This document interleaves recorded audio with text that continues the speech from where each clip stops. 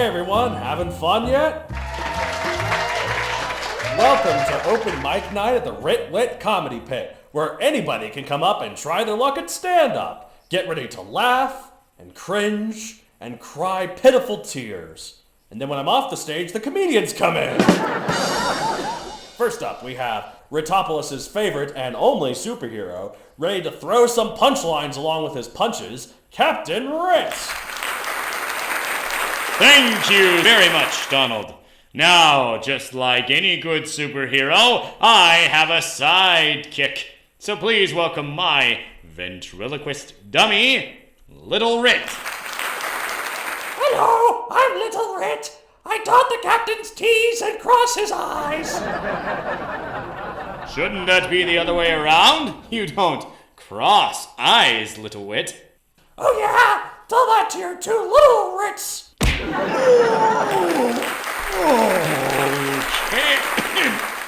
Point taken. My eyes are crossed.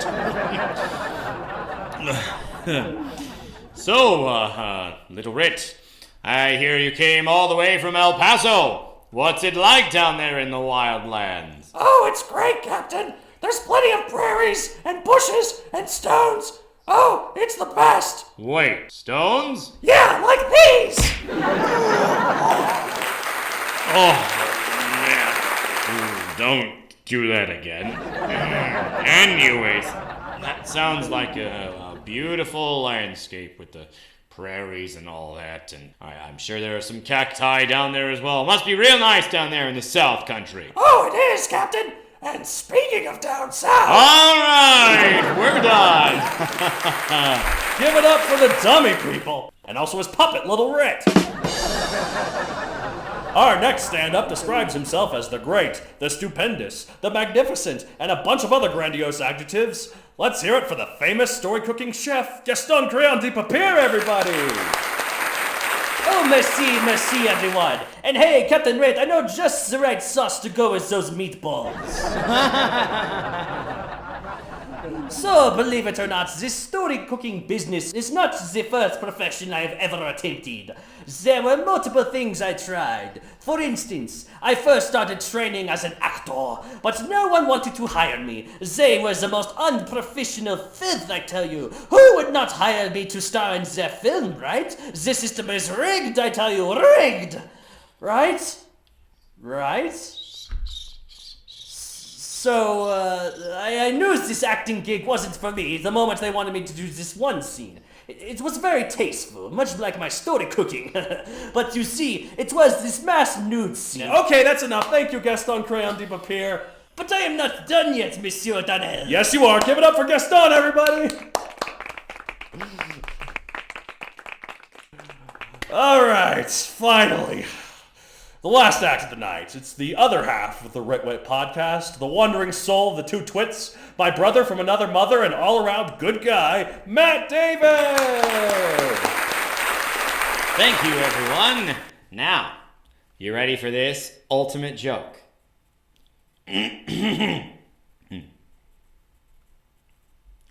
Poop.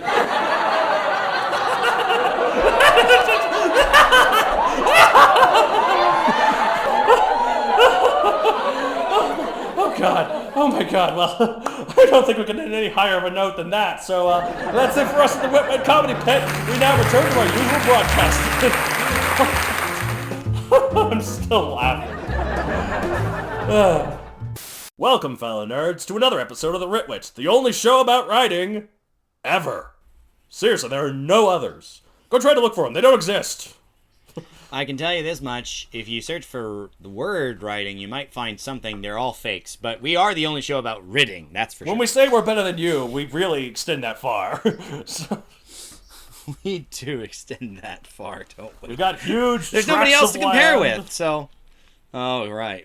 I mean, that method, not like the... And I'm going to stop. I'm going to pull out of this one before we're... And speaking of... Alright, well... We aren't there yet, come on. Will we ever get there? Because we'll find out. This is the first of our... This whole podcast is a will they or won't they set. for us, isn't it? It's not... Basically. No, but what I was going to say is that we do have our... we do our I cannot talk today. We are entering a new set. Yes, we are And entering so, a new set. We've got to do our regular segment before we get too far ahead of ourselves. Yes, of course. Right, Donald? So, with that said, what will we rip off from this month? Of course, it's your turn to go first, so what do you got? I hear you got a lot. Yeah, there was lots of time on my lengthy work holiday to take stock of the files that I had downloaded to my computer, and I kind of felt like spring cleaning my hard drive, so I watched a ton. Like, living as a hermit, almost. Nice. That's how much I watched. Among those files, those shows that I was watching, I got a lot of specific ideas to use somewhere. Okay. Depending on time, I don't want to take too much, but I will go ahead and enumerate a couple of those for you. Yes, please. Two, preferably. Or one. Well, and as I was telling Donald before we got started yes. today, I did mention I have got like 7 different things here, Yes. so I'm not going to say them did. all. Yes, you did tell me that. Okay, hold on. Oh, that one could be really interesting. Yes. Okay. He's looking through his giant paper of, like, scroll. My giant paper scroll. Yes. I've recently been watching a entry into the Ultra series called Ultraman Dyna. It was released in the 90s. Set in a far-flung future of 2019, apparently. Oh, wow, that is so far in the future. How can you imagine from the 90s. such a year as 2019? Such a year. Yeah. It's amazing, aren't we in one? No, it's so far. There was one episode that they had an alien visitor to Earth. Yes. And this alien was doing a reconnaissance mission, trying to stop this really, really strong kaijin monster from space from destroying Earth. Oh, the worst kind of kaiji monsters. Yes. And so this girl on Earth happened to be in the wrong place at the wrong time and interrupt his work. Oh. And he had this desire to be overly protective of her. Why? Right. Because it's revealed that his daughter looks identical. His deceased daughter. That'd be a bit distracting. It would be a bit distracting. And so, he goes a bit above and beyond his usual character to protect this girl because obviously it's important that, he protects something that reminds him of home. Right. In a way. But it gave me this idea for a lookalike. I don't know if this is the right way to describe it or not, but kind of like a Florence Nightingale situation. Makes sense. Where you have a dad, and he had a daughter, but meets this new girl who is very similar, maybe identical, maybe not entirely, but, similar enough to this, and she doesn't really know, or maybe she does. Actually, no, I think in this version she does. So the dad's like, there's at some point in this interaction, maybe it's a short story, I don't even know, but he says something that I know it's not her, but I can't help caring for her. Right. That's not really Florence Nightingale. Florence Nightingale is more like when a doctor falls in love with their patient. Right, doctor falls in love with the patient, but just like, that idea that, you're falling in love with somebody, hopefully you're not falling in love with someone that reminds you of your daughter. It's not falling. I it's know not falling it in happens love, the other way a lot, that women like affection. men who remind them of their fathers. So Well, and men like women who remind them of their mothers. That's also something too. But Ask the Ninja said, so in that case, if there's a girl you like, ask their mom out. If she says yes, there's a good chance that the girl you like will too. Well, I mean, anyway, it's one of those things that the daughter in this case does not has a father still around. It's not this person, right? And so she kind of doesn't like this treatment. She's like, right. "What are you doing? This is not okay. I'm not your daughter." Of course. But at some point, they come to, out of a sign of respect or whatever, maybe it is actual affection being placed on or whatever, at some point she eventually decides that, he's just trying to look out for me. It's not that bad of a thing. So she eventually acquiesces and kind of treats him like he is a father figure. Right. Okay. So I don't know where I'm going to use this, but that would be kind of a fun thing to do.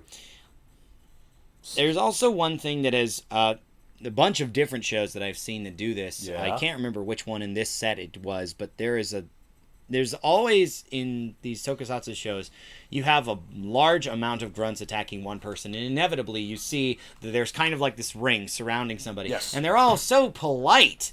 They're always like, oh, well, you attack first. You attack first. Yeah, no, it's And also they this. You always make sure the main hero is fighting one person at a time. Exactly. It's so nice for the people to be doing this. And yet, like, seriously, is that realistic at all? Like, if your No. mission is to take down that person, wouldn't it be easier to simply overwhelm It them? sure is convenient, And how- though, for the heroes. It sure is convenient. But, alternatively, if it is the heroes, then I think there's a fun scene to be had in them training that they take turns so you don't interfere with your team's attack patterns. If Right. you don't have enough space to do what you want to do, you're not able to do it. Right. Right?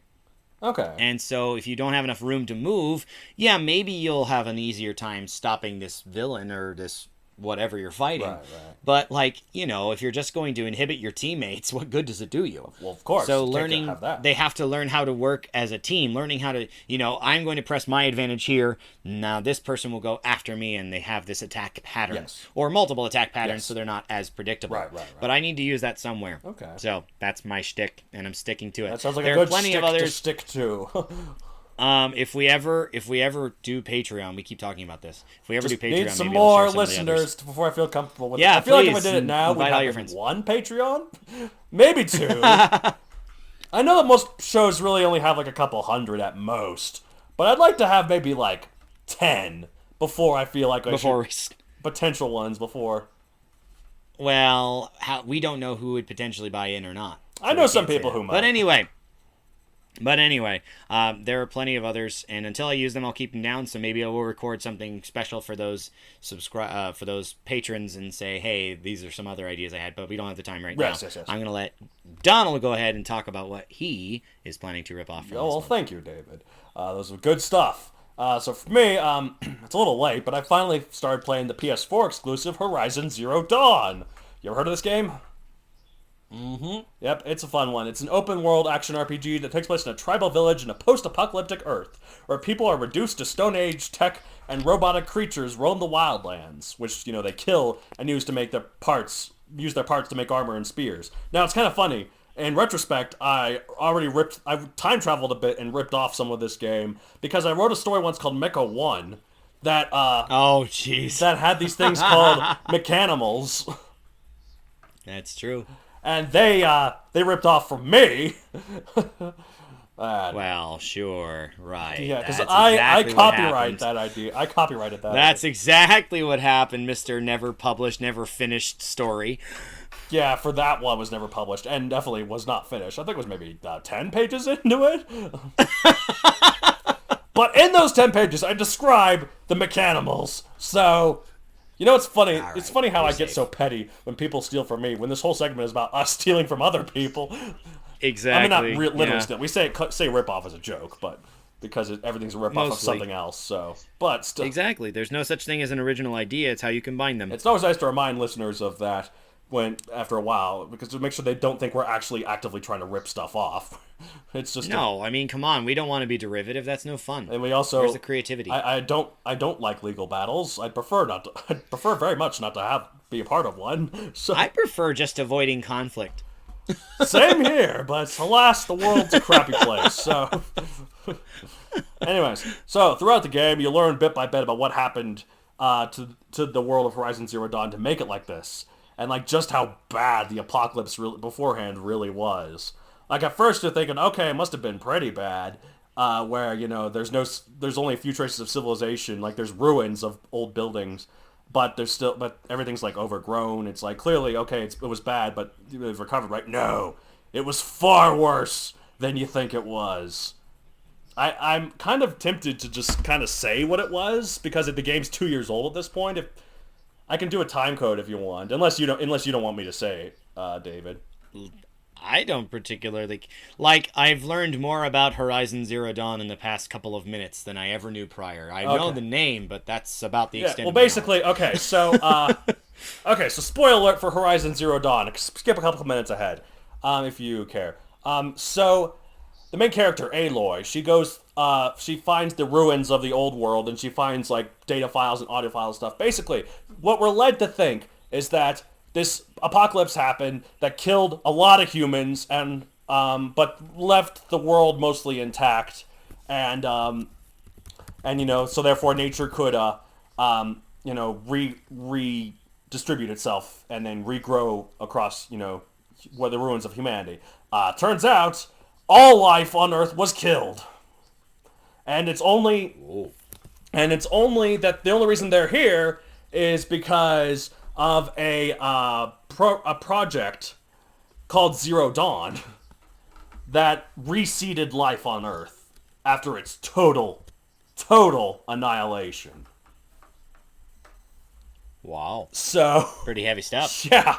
Well, it's because it's like this. It's the beginning of the game. Well, no. Well, flashbacks. There's like this future where the world is it's very dreary. And like one thing is there's a lot of corporations are taking over governments of countries. Like pretty much an extension of what we're having now. But like a lot of people are fighting wars for profit, and since it's all done with robots, the only stake is monetary. Okay. And this one guy comes up with the brilliant idea to have a self-replicating, unhackable robot that feeds off of biofuel. So it's trying to get people to fuel itself, right? Not just people. And it keeps regenerating. Not just people. Everything. Yeah, biofuel. So anything. Including bacteria. Ooh, wow. And so, as this... We don't think about those guys very much. They're really fun guys. That's a different creature. And yes, that's a different creature. Creature. Bacteria is quite different, but good attempt. E for effort. So yeah, it's pretty bad. It's pretty bad what happened. And the scary thing is, this all is like an extension of stuff that could happen now. Like, we're already trying to build drones, and there could be people that could be like, oh, for profit, like, I could do this without thinking of the terrible, terrible consequences. Like, because they're called scientists. Yes. Well, actually, engineers. I'm sorry. If they're building the robots. I'm sorry. That's a bad joke. Yeah, it is. Not all of those people are bad, but yeah. Anyway. Right. Sorry. Bad attempt at humor. That's okay. Skipping That's now. okay. Okay. So, anyways, that's the end of the spoiler. You can. He's editing the document right now of when the spoiler is. So there you go. You can put that in there. Yeah. So it was pretty bad. The world. Anyways, the world though is really well designed. With multiple tribes in this post-apocalyptic landscape that each have their own customs and attire and lifestyle, and many, many, many other details that make them seem like not just distinct but real. Like there's believable. Yeah. Like, I'd love to do something like that. Like, of course, as you know, I like having different factions in my books. The real-time strategy design method, as I call it. How many different times have you tried creating a Megazoic RTS? And the way I'm writing my news story, it's only a matter of time before I try to write an RTS about that. Very true. But I don't tend to go so much into detail about their cultures specifically that make them so different from one another, other than like broadly reaching quirks. I need to do that more. So I'll rip that off. Yeah, it's a good game though, and I'm looking forward to the inevitable sequel, Horizon 1 Dawn. That's what it'll be called, right? So, surely. That's my attempt at a bad joke. One Dawn. And speaking of which. Speaking of bad jokes, so we finally get to introduce our set, our theme for the set, which is basically why are certain genres so dang difficult to write. Yes, I mean, you've already seen the punchline in the title, listeners, because you're able to see that before you listen to the episode. Yep. But we are talking this week about comedy, and we'll go on to a couple of other genres. We'll, let you discover those when they come. Yes. But we're going to talk about why is comedy so hard to write? Not just why is it hard, but how can you take it beyond, this basic form? How do you get better at it, I guess is a good way to say that. And based on all the skits that we have done throughout our long run, you can tell we are experts at comedy. Absolutely. Every single joke lands every time, right, Donald? People are knee slapping and just guffawing and losing their lunch because it's so hilarious. And They are losing their lunch, we can say that. Vomiting at how bad they are. No, obviously we have a lot of fun recording these things. I have fun and, writing them. Like, you write a few of them, but I write most of them. We play off of each other really well. I mean, talking about the shows themselves, not even just the skits. Right, yeah, that's true. I like to show off the skits because they're all almost all. Well, of course, because you never show off the ones I make. I do sometimes. Oh, when? No, let's not get into that now. Anyway, I like to be fair. What? Okay. Sure. Fair. Oh, I forgot. I have a partner who also makes these skits. Sometimes they're funny. I'll show you this one, but all of the others are all me, and I want you to know that. I'm saying I'd like to be fair, so I have shown yours off. We do have quite a bit of fun interacting, and the problem. But my point being that some of these jokes are hilarious. Yes. Some of them are more hilarious than they deserve to be because of how much we laugh. But not all jokes hit. Nope. So it is really hard to write. If you don't mind, I'll just segue into what I was going to say about go ahead. Okay, so yeah, because even within the two of our personalities, what makes one person laugh might not make someone else do the same. There's a bit more to it, obviously, but that, in a nutshell, is the source of most issues about the difficulty of writing comedy. Yes. Taking it beyond is easy to attempt, but hard to master. Like perfecting the build-up and payoff for your gags. Yes. Using different characters to wrangle in other styles of comedy. Or sprinkling just enough character dust on the figures so they don't come across as simply stereotypical. Right. It's easy to try, but it's really hard to do well. Yes, obviously. Any of those individual things, and several others that I haven't mentioned yet. Unlike a major plot point, you can't be afraid at all about completely scrapping your cherished joke if it just doesn't land. Right. One potential way to take it beyond. Just like you have a voice in your typical writing, your characters all have a voice as they deliver. So learn the ins and outs of working those traits to prepare the best gags. And remember, you may find them hilarious, but some jerk who knows nothing at all may be offended by it. You gotta have guts! All you really need is guts! Oh, yes. That classic song. From the musical Damn Yankees, in case listeners did not know. I didn't know. The original I had word no is, idea what you were talking about. The original word is you gave it your all. heart, So. by the way.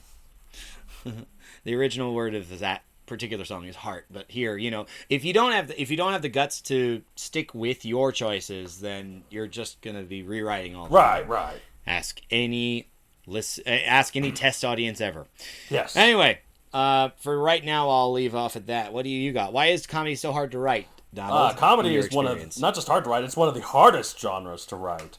Comedy is all about the unexpected, so there isn't really any hard and fast rules about it per se, other than, broadly general tips. There can't be an exact science about what's funny and what's not, otherwise the funny stuff would be completely expected, right?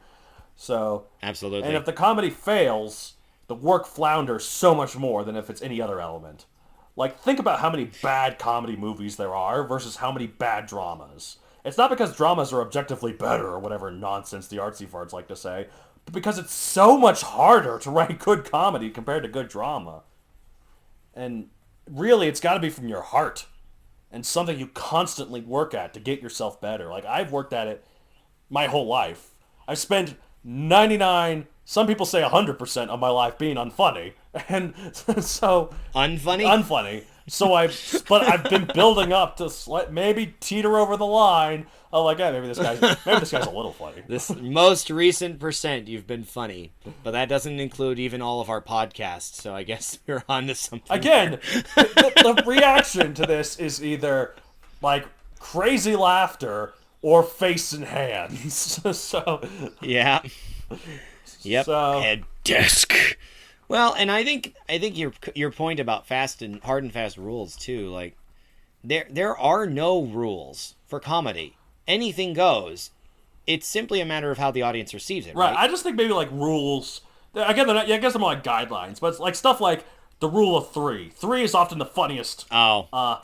number. Well, I suppose that's less of a rule than it is a structure. Right. If that makes sense. Yeah. It's called the rule of 3, but that's about as much But of a rule as the rule of cool, Right, right? I guess that's true. Which is very much a rule. How dare you? So, I dare say it's a law. But, Dare say it's a law. Well, it's not up to a religion, so we're okay. Anyway, yeah. speaking of religion, improving, no. no, that's not where I wanted to go. Hey, what did the Episcopalian say when he walked into the bar? Actually, I don't. There's no joke to that. So,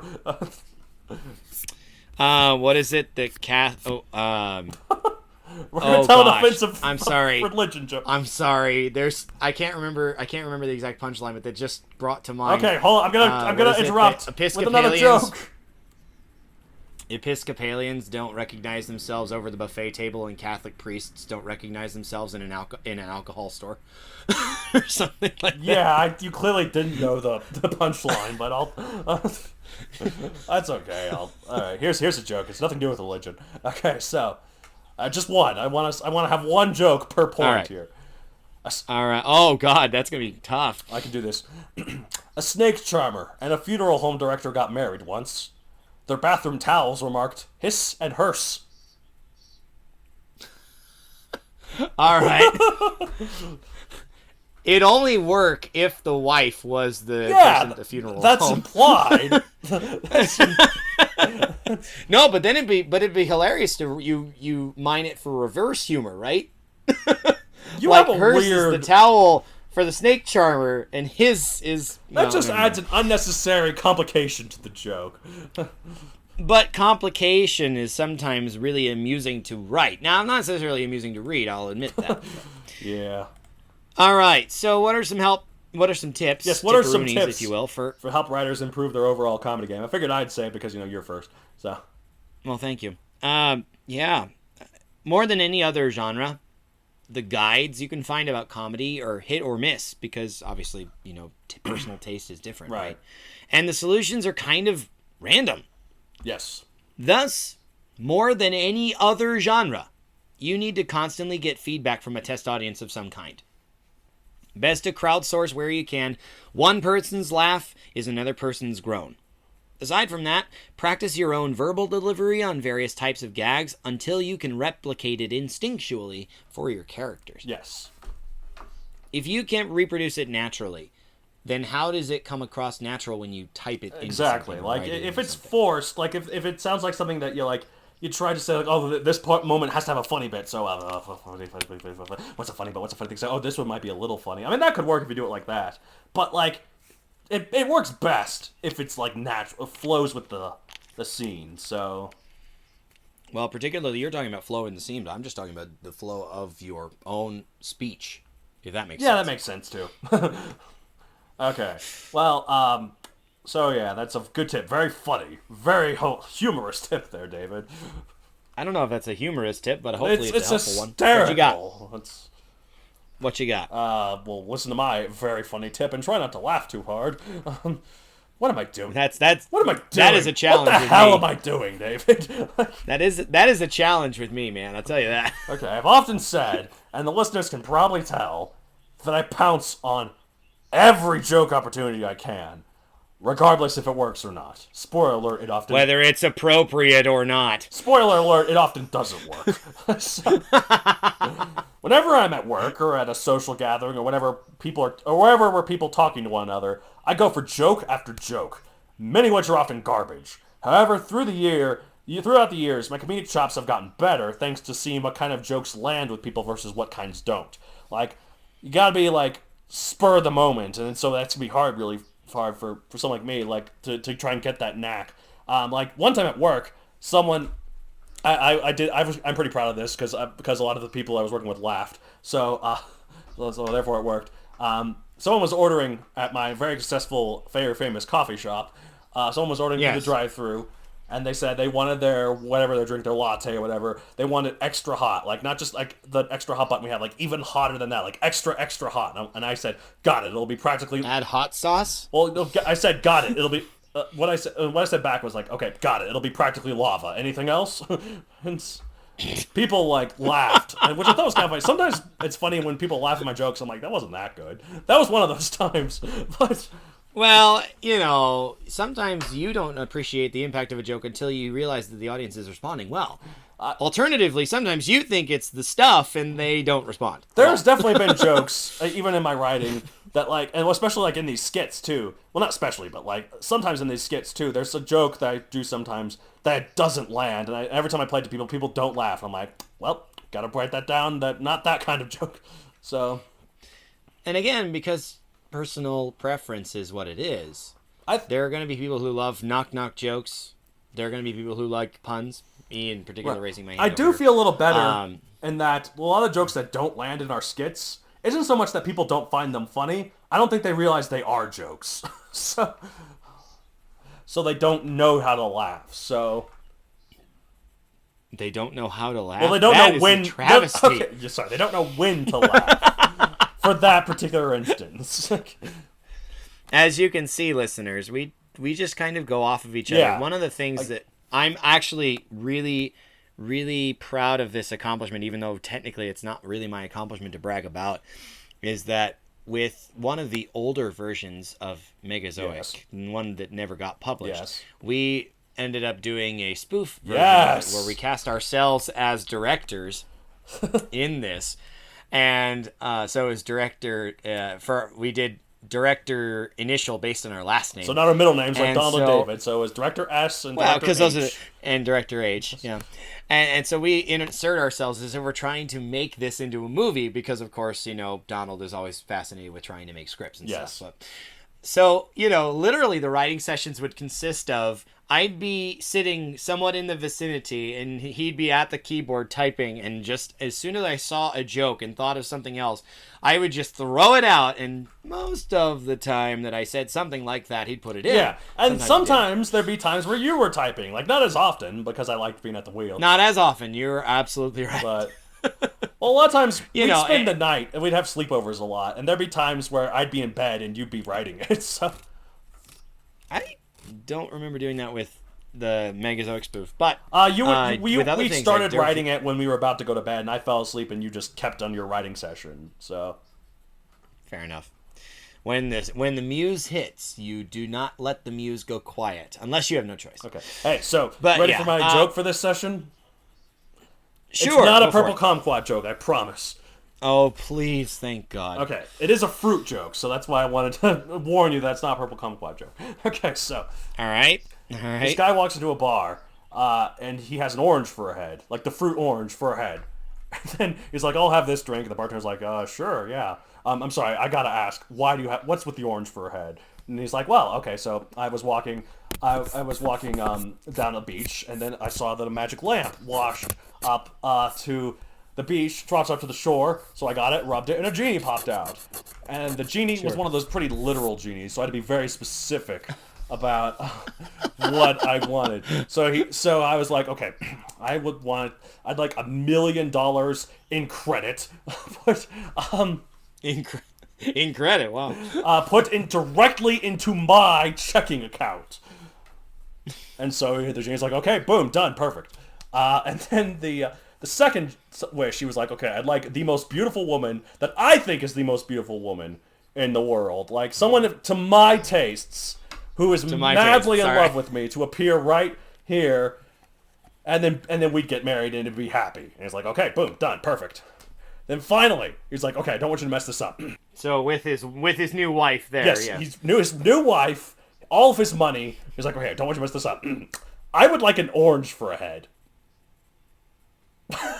That's called a double subversion joke. You think that it's going to be something he messes up, but no, he just literally wanted an orange for a head.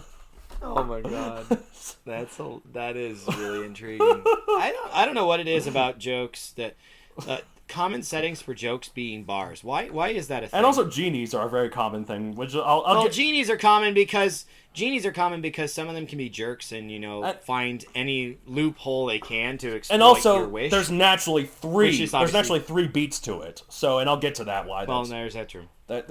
Yeah. So, anyways, specific tips. We've already lampshaded that once. I'm sorry. You didn't want me to put in a joke? If you As have opposed to one, the botched go. one I did earlier. This is the funny one. I was gonna. Well, unless you want me to keep being the guy who botches jokes. No, I'm rooting for you. You're gonna nail one of them at right. some point. I got this one from a family friend years ago. A rope walks into a bar. Oh yeah, this asks one. the bartender for a drink, and bartender looks at him funny and says, "Are you a rope?" "Yes, I am." "Well, get out of here. We don't serve ropes in this town." So the rope walks out, a little unhappy at that reaction, and then goes into the bar just down the street. Walks into the bar, up to the bar, orders a drink. Bartender looks at him funny and says, "Are you a rope?" "Yes, I am," the rope says. "Well, get out of here. We don't serve ropes in this town." So the rope walks out of the bar. He's pretty dejected now. Yeah. He's like, seriously, all I want is a drink. But he gets to thinking. Ties himself in a knot. Parts his ends a little bit. Walks into the third bar just down the road. Across the street, actually. Yes. Goes up to the bartender and asks for a drink. The bartender looks at him kind of funny and says, "Are you a rope?" Says, "Nope, I'm afraid not." No, that is a good joke. It's pretty good. It's a classic for a reason. What the heck? What the heck is that reaction? Anyway. No, that's pretty good. I like it. I've heard it a lot, so that's why. But I shouldn't let that sway me. That is a classic for a reason. Anyways, so and now that we've all recovered, listeners, from from the mad knee slapping humor that we were throwing out here on the road. yes, what about some specific tips? Like what tends to make people laugh the most? The methods may be tried and true, but I think rather than trying to blaze a new trail, you honestly don't have much need to reinvent the wheel, other than adjusting your subject matter for the purpose of relevance. Like doing a subversion joke. Yes. It works. You don't need to try and either subvert the subversion or just tell it straight or whatever. You don't need to reinvent these things. They exist for a reason. Right. Obviously, telling a joke about something that's relevant in the 1950s will have no bearing in today's society. Right. Unless your audience is entirely composed of people who actually have some memory of that, right? Right, yeah. But here's a specific tip. I mean, more specific than the other ones I've done thus far. Yes. How can you spice up that bit? Spice up the method. Yes. Even if it's been done before, and hint, it likely has, own that quirk and wear it proudly. Remember, it might not land with every audience member, but stick to your guns. Of course. It's always good to stick to your guns. People can feel that effort. Well, not just the effort, but if you make it look effortless and have effort to it, that's the perfect medium. But the Goldilocks solution, right? Exactly. But yeah, so those are good. I like that. And for me, as I said earlier, there isn't an exact science to comedy, but there are some tips that tend to help if done properly. A very basic one, like I was saying with the genie thing, is the rule of three, which is essentially X, Y, joke. For example, this criminal's list of offenses include murder, torture, jaywalking. So, certainly a level down. Yeah, there. exactly. Another basic one is the bait and switch. Sort of like the orange one, but like double that. That was a double bait and switch. Because people were expecting that to be a bait and switch, but then I guess it kind of was, but just normal bait and switch. So, anyways, the bait and switch is where the writer seems to build up to one thing, but then the punchline is something completely different. For example, this summer, are you ready for the most explosive, jaw-dropping, action-packed blockbuster of the year? Well, this is not that. Meet Albert, your average run-of-the-mill fatso in a boring desk job. You know, stuff like that. I'm not entirely sure that the delivery of that would be, well, this is not that. Yeah, probably. Well, this is not that. Meet Albert. Yeah. I don't know why I said Albert specifically. Because you wanted to make another reference to the former version of Megazoic in this episode. Again, a joke that no one will get here, but you should try. No one will get it, but in case you wanted to hear more about that version of Megazoic... What? What do you got? Just lay it on me. I was going to say, you should listen to episode, was it 13? Oh, yeah, old of the Ritwit. Yeah, what we have once writ. That's a joke that will never get old. And by the way, that is our first one of the episodes. That is. So that's why I was like, yeah, okay, I'll let you do it. You'll let me. Anyways, one of my favorite types of jokes is called them. Which is funny because I don't think I ever really use it in my books, but I don't think I'm good. No. I don't think I'm good enough for it. It's just, it's called the mathematician's answer, where someone answers a question with something that's technically correct, but doesn't really help at all. Like, for example, one guy says, "What does your dad do for a living?" And the second guy says, "My dad's dead." The first guy then asks, "What did your dad do before he died?" The second guy asks, "Well, he kind of just clutched his chest and fell over." I guess I've never heard it called the mathematician's answer. It's what TV tropes call it. I think of that. I think of it as the literal answer. You know. Well, it's like, or like, would you like this or this? Yes. Would you like this or this? But this is the same. Oh, there we go. Okay. Or how about a tourist? It's actually for directions. Like, the tourist says, asks, if I go down to the street and take a left, will the train station be there? The local then answers, I'm assuming the train station would be there whether you took a left or not. Well, and the other way you could go with that joke is not the literal one. You could say, actually, no, I think the train station up and vanished last week. You want to be extra obnoxious? Sure. So look up the different types of comedy and work with it. I wish I had another mathematician's answer joke. It's...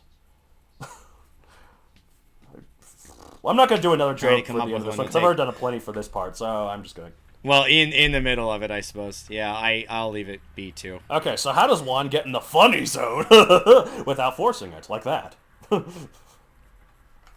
Sorry, I'm waiting for the train to pass.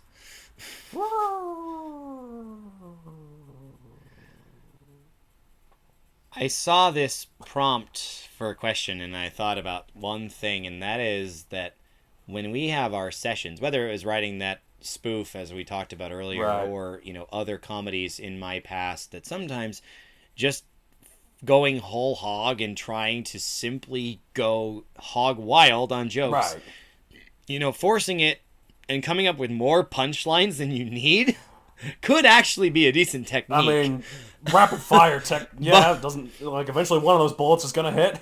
So... what's the phrase as it relates to basketball? You never make the shots you don't take, yes, right? A rule I live by. If you want to, not by basketball, obviously. No. Well, and the pessimist's view of that is you never miss the shots you don't take either. It's true. But, coming up with more punchlines than you need is probably helpful, because obviously some of them will work, some of them won't. But in the course of the screenplay / episode / whatever, you only need to utilize the best ones, in your opinion. That could be fan-sourced. Right. That's probably good. But, like, if you have more punchlines than you need, you can choose, this is absolutely the best one that actually fits here, that, it's a quick beat, or if it needs to be longer, it can be a longer beat. But then you can do that without forcing the audience to sift through these bad jokes first, if that makes sense. I know from my minor experience, which, again, I've written comedies mostly about Bionicle, if I think about it. Oh, yeah. I've written a few and Bionicle comedies the Ultimate myself. Megazoic spoofs. That if the jokes just keep rolling, you'll land a few more than if your pace lags. Right. That said, an infectious laugh certainly helps brighten the mood. Just ask anyone who's hung out with me recently. Well, I really credit you for helping this podcast be as funny as it is. Not necessarily because you're the one telling the jokes, and you are are some of the time, but for half the time technically. But it's because when for the half where I'm telling the jokes, you laugh quite hard, and that makes my jokes in comparison seem a lot funnier than they actually are. So.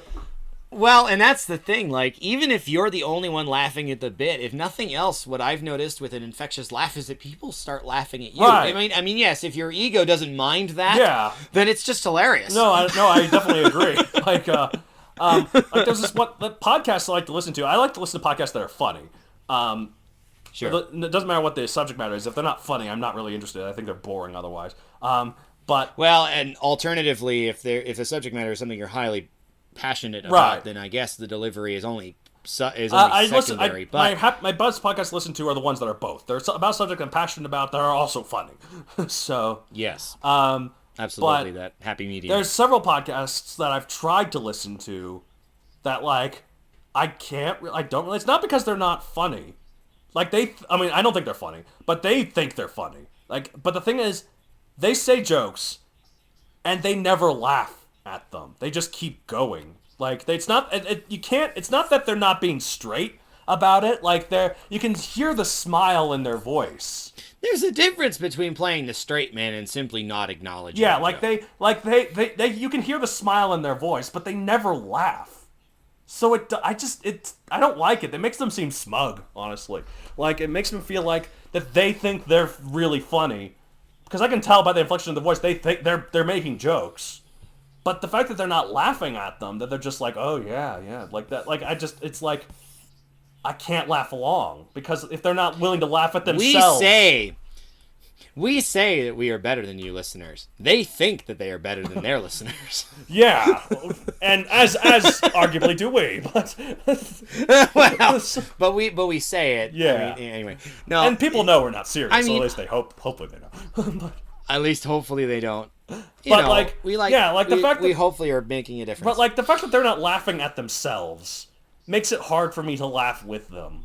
So well, and I mean, I've always said that if you can't laugh at yourself, you have nothing left to laugh at. Right. I firmly believe that, live by that policy, and so a lot of the things, like if it doesn't legitimately bother me, or if I'm in a good enough spirit that I can make fun of things and not get, depressed about it, that, laughing at myself is an easy joke. I'm a really strange person. I mean, hopefully you are, or hopefully we all are in some way or another. Well, I mean, what is normal except this rigidly assessed set of expectations by society that make no sense because they don't actually apply to anybody in full. Words of wisdom. But, words of wisdom. I'm not normal. If Tetris has taught us anything, is that when we fit in completely, we disappear. That actually is pretty good. Yeah, like I unfortunately did not make that up myself. I'm not that good. I'm not about to that say, there's no way I'm in not heck that you made that up. intelligent, but- There's no way you made that especially up. on the spot. Yeah. No.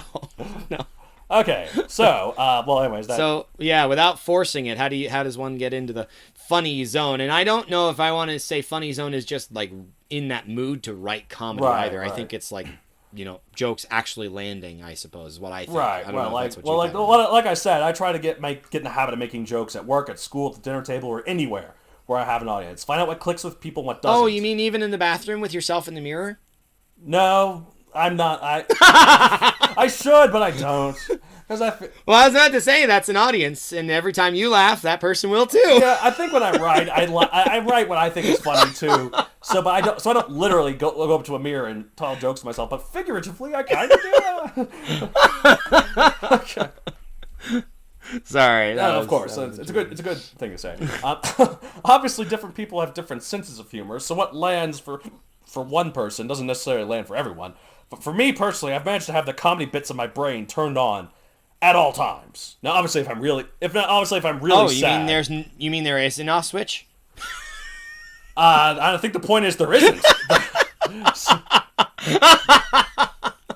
So it's always there in one level or another. Like, even when I'm really, really depressed about something, if someone says something and I know a way to react to it that's funny, I do. Like, so. Yeah. But anyways, Sorry, I just remembered one thing I wanted to Yeah. add about the when you're working on being a stand-up comedian, people tell you that you're not supposed to laugh too hard at your own jokes. Right. You're not supposed to lose control.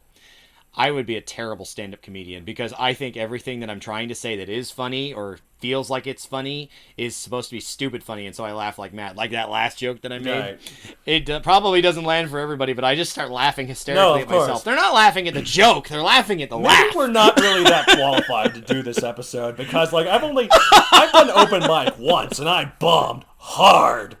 They laughed. I didn't know you did open mic. They laughed actually a few times, but it's just more like I didn't have the right material and I didn't talk about exactly what was relatable and such. But they liked my energy. They liked that I came up there, and so I didn't really bomb hard. I bombed a little.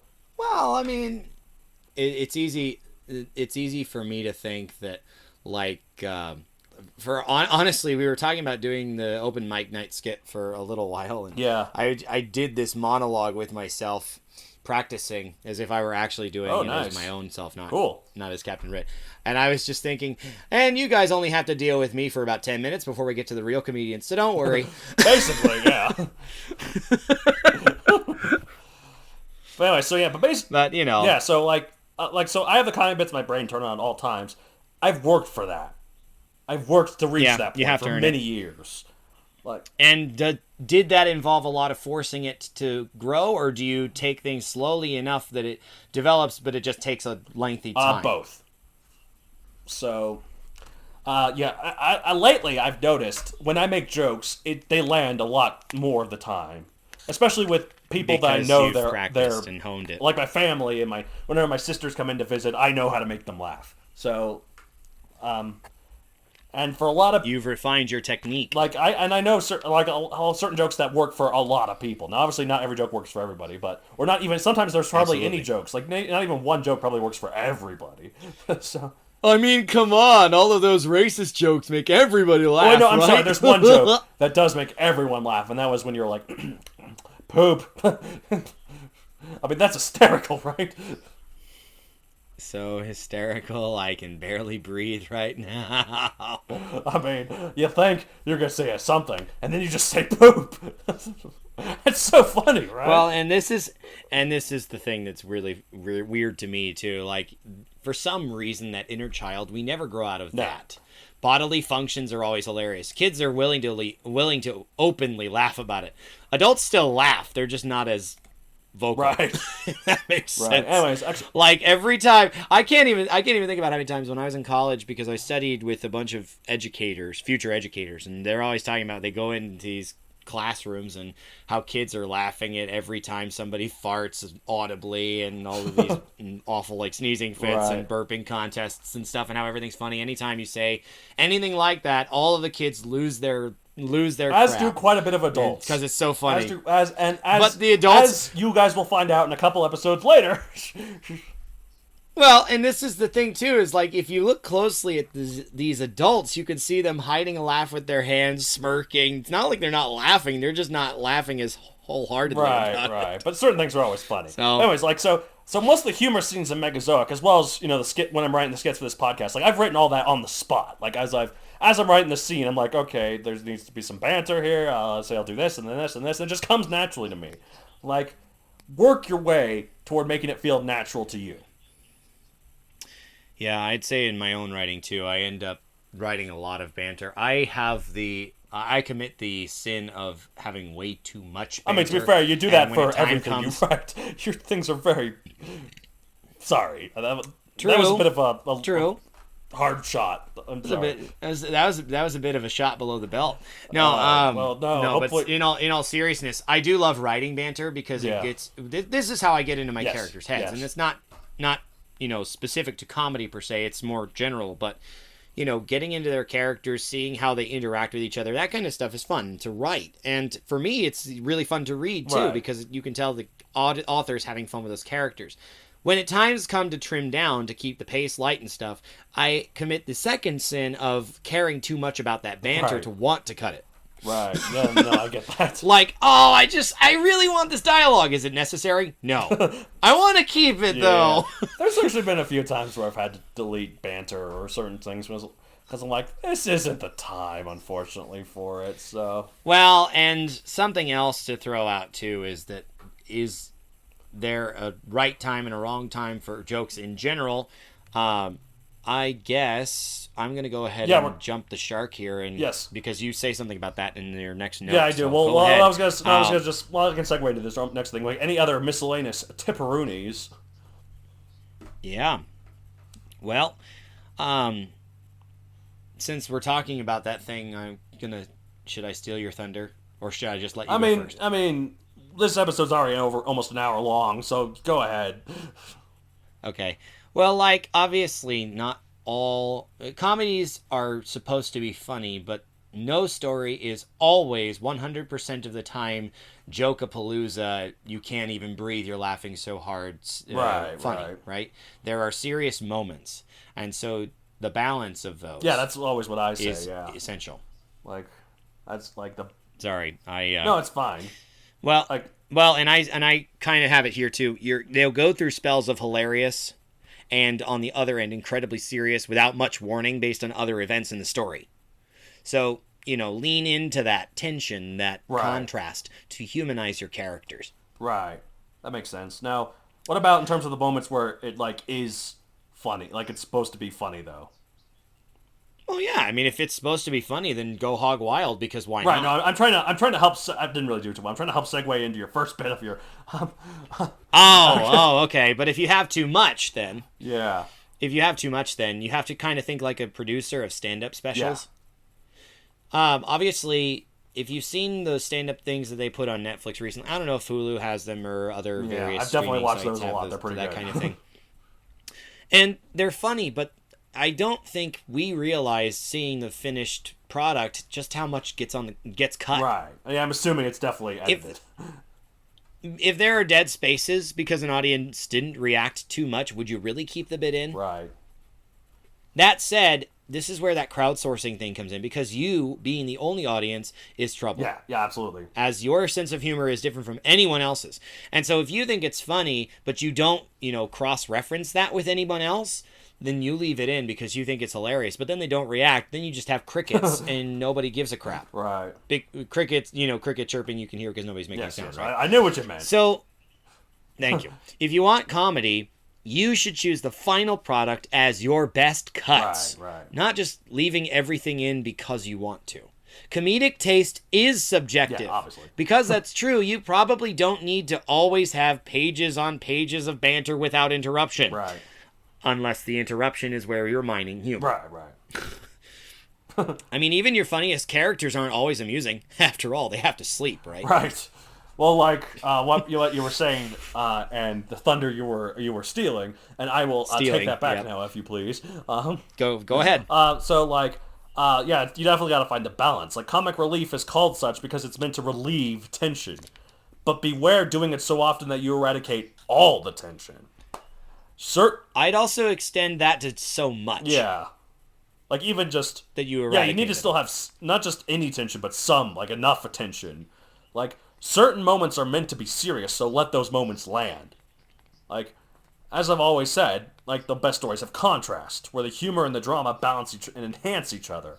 Like, this is what I strive for when writing Megazoic. The humor adds relief to the situation and endears us to the characters, letting us see them in more laid-back and carefree situations. But when the story gets serious, we feel the humor's absence. And the dramatic moments hit that much harder than if the story was always serious. Sure. Obviously, stories... Well, it's kind of like those two masks, right, too. Right, like the the Triumph two masks. and Agony. One of them's always laughing. I think it's... Yeah, Triumph. Is it Triumph or is it Comedy and Tragedy? I heard it called Triumph and Agony, but it could be Comedy and Tragedy, too. I don't know. Anyway, those two masks, because they exist side by side. Right. They're always together. Yeah, exactly. Obviously, stories are different, and some stories might be more humorous or more dramatic, but hopefully you can see what would work best for your story after hearing what I did for mine. And I think the ancient Greeks, the only distinction between a comedy and a tragedy was a comedy ends in a wedding, a tragedy ends in a funeral. And even in the middle of the story, they might have both. Exactly. So, yeah, but that's our little bit about comedy. Little bit. It's been an hour. Okay. Well, not all of this is going to make the final Yeah. cut because you're a producer of a stand-up special. However, if you have questions or anything, if you'd like us to talk about it more, yes. obviously there's more that could be said. So if you like us to, please contact us. To do that, you can use the email mattd, that's with 2 T's, at matthewdonaldcreator.com. Right. If you're going to send it to a certain co-host, please specify David or Donald because we obviously share Matt D in common. Yes. You can use your own email system or the Contact Us page at Matthew Donald Creator website. Yes. if you're interested in following Donald on professional social media, how can you do that? Okay, you can follow me at Matthew Don Creator on Facebook, at MatthewDon64 on Twitter, and MatthewDon64 on Instagram. Why 64? Because 63 was too much and 65 was too little. Wait. Don't think about it. All right, we're moving on. Bye, guys. All right. See you next time. Until then, keep writing. I'm Matt. This is Us Two Twits of the Ritwit. I'm Matt Donald. And I'm Matt David. Someday we're going to figure out how to do that seamlessly. But not today.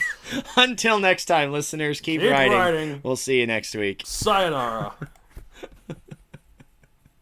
The Ritwit.